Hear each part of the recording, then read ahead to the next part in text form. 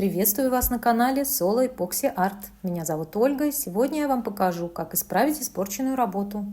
Я залила костеры и после демолдинга обнаружила непромешанный пигмент на лицевой стороне моего изделия. Этой гуашью я уже пользовалась, я ее знаю.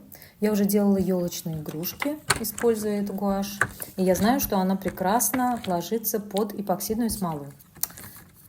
Берем черный и бордовый цвет. Сначала я думала взять синий, но я так понимаю, что он лишний. Вот. Беру мой старый костер, который я тоже когда-то давным-давно делала. Использую его теперь как палитру. Немного бордового цвета. Кисточку я чуть-чуть смачиваю в воде и вытираю салфеткой. Воды практически не должно быть. Гуашь должна быть без воды. И потом беру чуть-чуть черного, тоже без воды.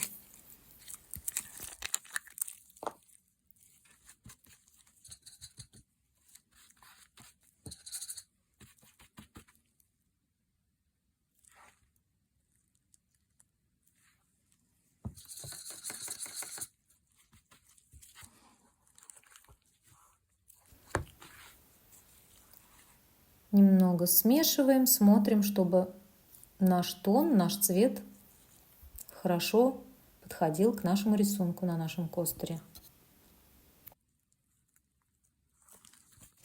Мне показалось темновато, пожалуй, я добавлю еще бордового.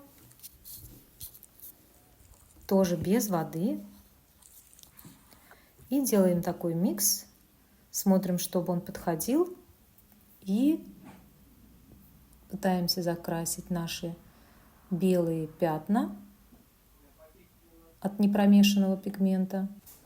И повторяем форму лепестков, форму петелек.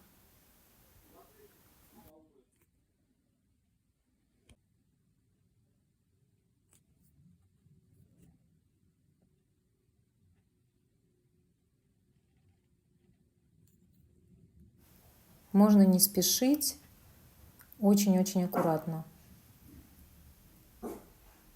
Таким образом я зарисовала все эти белые пятнышки, которые меня беспокоили. Извините, это моя собака. И так по всему нашему костеру, повторяя рисунок петель, рисунок лепесточков, все закрашиваем, зарисовываем.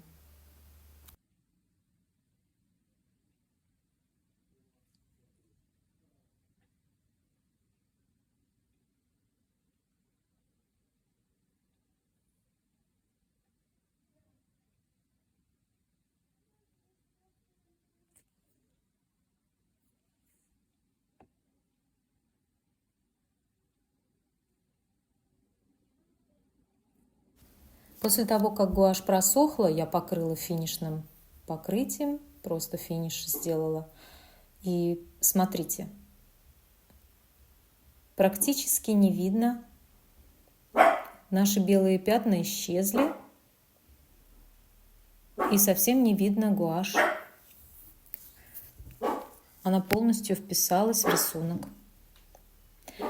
Надеюсь, что у вас тоже получится, потому что испорченные работы есть у всех.